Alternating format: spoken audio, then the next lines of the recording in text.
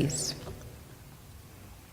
One thing that keeps me puzzled, despite having studied finance and economics at the world's best universities, the following question remains unanswered. Why is it that 5,000 units of our currency is worth 1 unit of your currency, where we are the ones with the actual gold reserves? It's quite evident that the aid is in fact not coming from the West to Africa, but from Africa to the Western world. The Western world depends on Africa in every possible way, since alternative resources are scarce out here. So how does the West ensure that the free aid keeps coming?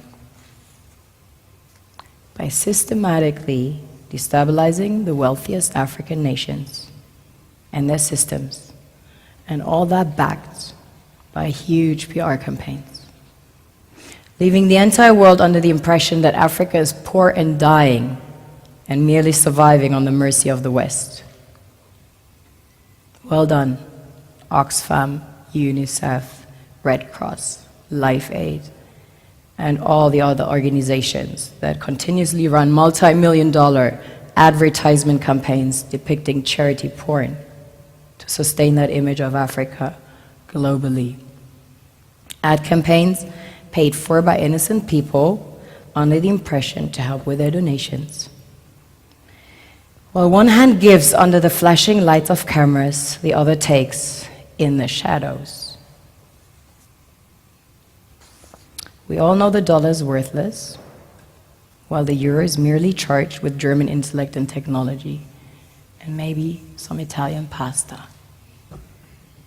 How can one expect donations from nations that have so little? It is super sweet of you to come with your colored paper in exchange for our gold and diamonds. But instead, you should come empty-handed, filled with integrity and honor. We want to share with you our wealth and invite you to share with us. The perception is that a healthy and striving Africa would not disperse its resources as freely and cheaply, which is logical. Of course, it would instead sell its resources at world market prices, which in turn would destabilize and weaken Western economies, established on the post-colonial free meal system. Last year, the IMF reports that 6 out of 10 of the world's fastest growing economies are in Africa, measured by their GDP growth. The French Treasury, for example, is receiving about $500 billion year in, year out, in foreign exchange reserves from African countries based on colonial debt they forced them to pay. Former French President Jacques Chirac stated in an interview recently that we have to be honest and acknowledge that a big part of the money in our banks comes precisely from the exploitation of the African continent. In 2008, he stated that without Africa, France will slide down in the rank of a third world power.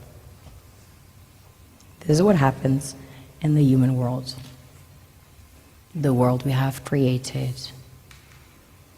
Have you ever wondered how things work in nature? One would assume that in evolution the fittest survives. However, in nature, any species that is overhunting, overexploiting the resources they depend on as nourishment, natural selection would sooner or later take the predator out, because it offsets the balance.